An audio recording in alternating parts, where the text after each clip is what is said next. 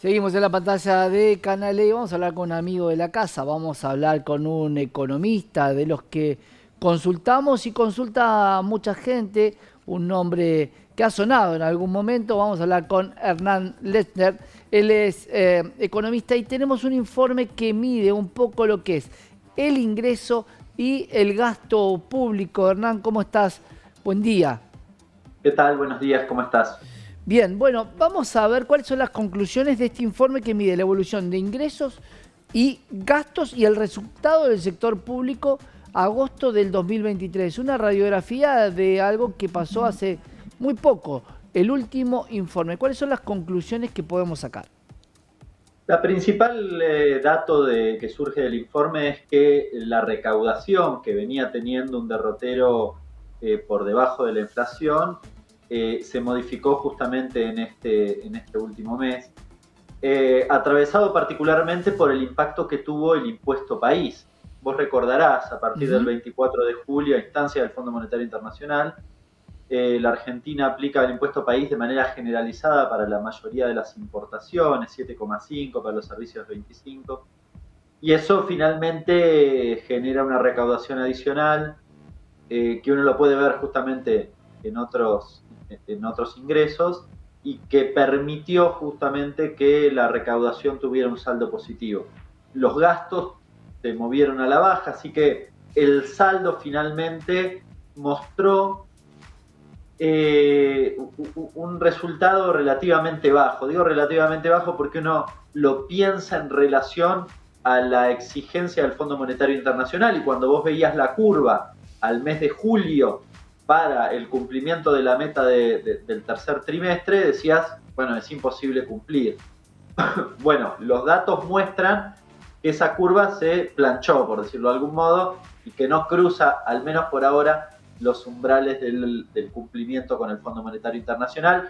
Septiembre probablemente, porque además es un mes de gasto significativo y demás, de todas formas implique que quede del otro lado de la curva, pero si uno tenía expectativas de un incumplimiento muy significativo respecto de las exigencias del fondo, los datos dan cuenta de otro resultado, otra evolución. Bien, y agosto-septiembre, respecto a lo que tiene que ver con las importaciones, porque en algún momento se criticó bastante este impuesto país, este impuesto a las importaciones, algo que de alguna manera decía el Fondo Monetario, si entran dólares pero se te van y cada vez más baratos, hay que encarecerlos de alguna manera.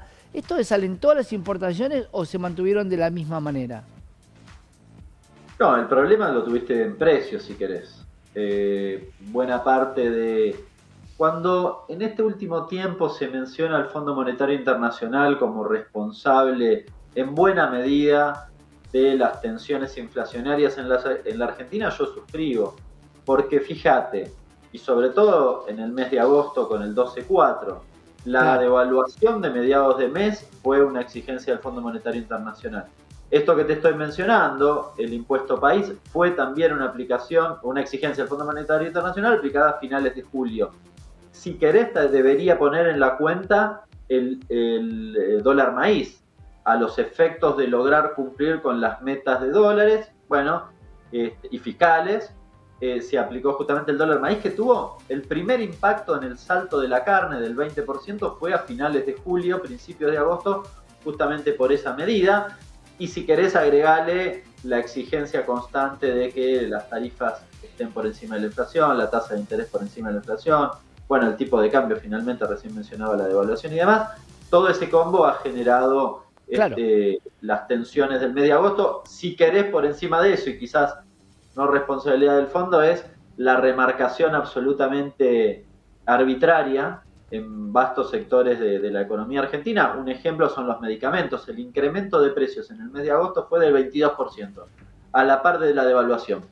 Da la Ahí, impresión, según ese criterio, que el consumo de medicamentos en la Argentina son todos importados, ahí lo tengo cual no que tiene sentido. Claro, ahí te tengo que preguntar en la gestión, cuando vos decís, vamos a hacer el dólar maíz, obviamente necesitamos que entren divisas, reforzar las reservas, pero guarda porque eso puede impactar en el precio de la carne. Hay un desconocimiento ¿O hay un conocimiento pleno y se asume el riesgo del aumento de la carne? Y otra vez, a pedido del Fondo Monetario.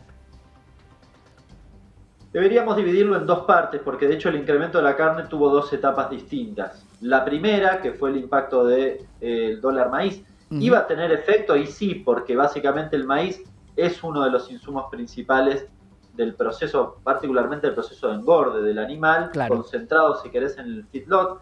No representa el 100% del costo de producción, representa el 10, 12, a lo sumo el 15%, con lo cual el empalme a pleno del aumento del maíz tiene una porción mayoritaria absolutamente injustificada. Ahora, si querés, la preocupación principal estuvo en la segunda remarcación del precio de la carne, que se produjo post paso, absolutamente injustificado, porque fíjate la cuestión, el incremento del dólar para la producción agropecuaria, dólar maíz, va a 3.50 a finales de julio. Es decir, la devaluación cuando se empalma con 3.50, en el caso del sector ganadero no tenía ni sentido porque ya tenía ese efecto llevado a precio, por decirlo de manera sencilla. Con lo cual, el incremento, ya no del 20, sino del 40 a mediados del mes de agosto fue absolutamente injustificado.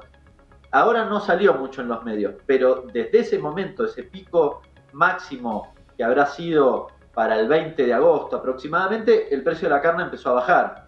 En parte porque se dieron cuenta que era absolutamente injustificado. Siguieron el precio del dólar blue, una cosa que no tiene ningún sentido básicamente para ese segmento, pero bueno, de hecho lo hicieron. Yo creo que es una picardía del sector que llevó a precio y que quiso compensar el atraso del precio, pero se fue de rosca, por decirlo de algún modo, porque cuando lo mirás en términos interanuales ya está por encima, muy por encima de la inflación. Es como probar si pasa, porque después te das cuenta que no tenés mercado y que no te están comprando, que es lo que hablamos con mucha gente del sector, donde te dice, bueno, hubo un aumento, lo que llamamos overshooting, que también le pasó al dólar, y no tenés compradores, entonces de alguna manera empieza a descender. Sí, comparto el pasa pasa, es decir, si lo tiro, si pasa y me lo convalidan finalmente, porque la gente todavía tiene un mango en el bolsillo, entonces yo mejoro mi tasa de ganancia. Esa es un poco la lectura. Como finalmente no sucedió, como además, insisto, subieron al precio del dólar blue y después el dólar blue bajó, terminaron, y dado que la demanda no convalidó ese precio, terminaron reduciendo el precio. En el transcurso del mes de septiembre, incluso en la primera quincena, siguió a la baja. Hernán, algo que le preocupa a muchos, que es agenda de todos los futuros candidatos a presidente, es el déficit fiscal y el gasto público. ¿Qué pasó en esta medición en agosto? Y si crees que, por supuesto, en septiembre va a haber un impacto diferente porque hay otras medidas que pueden cambiar un poco la ecuación, pero dame la foto de agosto y qué crees que puede pasar en septiembre.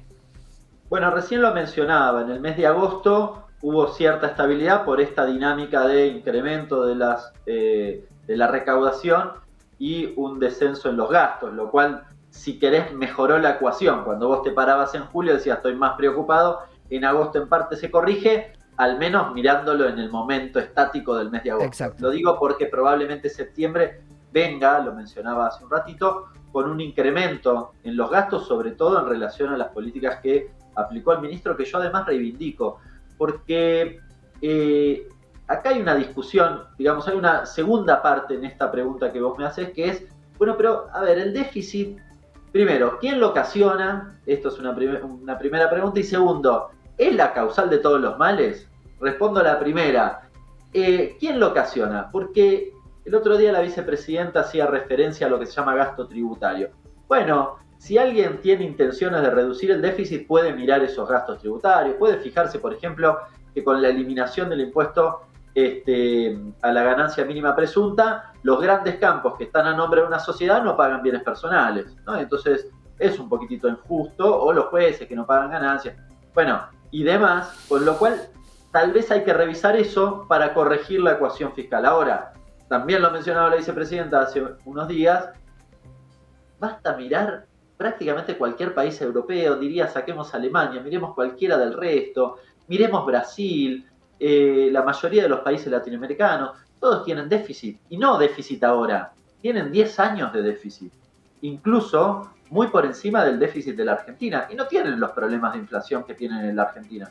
Con lo cual tal vez hay que revisar que esa presunción, porque además cuando Macri lo quiso hacer, bueno, Macri fue una gran mentira, porque dijo que redujo el déficit y lo que hizo fue reducir el déficit fiscal primario, es decir, nos ajustó el cinturón a nosotros, pero el déficit financiero nunca se redujo, durante sus 4 años nunca se redujo, con lo cual nos ajustó el cinturón a nosotros para pagar intereses afuera. Ahora, habría que revisar, insisto, esa premisa de que el déficit es el mal de todos los males, porque no vaya a ser que finalmente terminemos no teniendo déficit y tengamos problemas inflacionarios. Y yo doy por descontado que va a pasar, porque nuestro problema es la economía bimonetaria, los dólares que no tenemos para entender la demanda, que sí tenemos. Se cree que eliminando el déficit o con déficit cero se solucionan todos los problemas de la Argentina, y ahí coincido que no es exacto lo que se dice.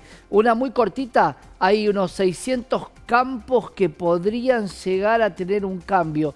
¿Por qué no pagaban impuestos esos 600 campos? Bueno, insisto, porque con Macri se elimina el impuesto a la ganancia mínima presunta, que básicamente tributaba por la presunción de que cuando vos tenés un stock de capital te genera ingresos, aunque no los declares. Era compensatorio de ganancias, porque si finalmente declaraba la ganancia, bueno, ya la habías pagado con ese otro impuesto. Esa era la dinámica, que era una especie de... estaba entre ganancias y bienes personales, claro, después para las sociedades, ¿no? Entonces, con esa eliminación, ese tipo de campos quedó absolutamente eximido, y entonces tienen esa ventaja que significa buena parte de los recursos. En los gastos tributarios hay que revisar muchas cosas, ¿no? Digo, porque de hecho hay algunas cosas que pueden estar justificadas, tal vez algún beneficio para las pymes y demás. Ahora, hay el beneficio de reducción de alícuotas de IVA, de reducción de contribuciones patronales a determinados sectores. Todavía tenemos vigencia de la norma que reducía las contribuciones patronales para los sectores de salud en pandemia. Claro. Tiene vigencia hasta fin de año. Me parece un montón a mí, ¿eh? Obviamente hay que revisar cada uno, y obviamente va a tocar a cada sector, porque los derechos adquiridos es difícil cuando alguien se los dio hoy poder sacarlos y armar un país con cosas concretas para que sea un poquito más justo y equitativo para todos los demás. Y sí, yo creo que sí. Recién en el caso de la salud, digamos, te cobran un copago. De nuevo, son todas discusiones. Es un sector además al que no le va mal.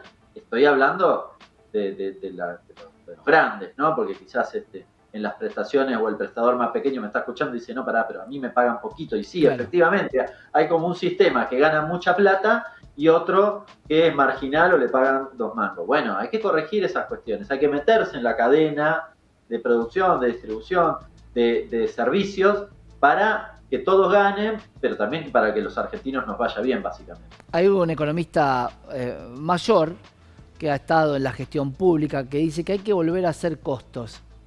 ¿Cuál es la reflexión a eso? Comparto plenamente, pero además el Estado tiene que volver a hacer costos.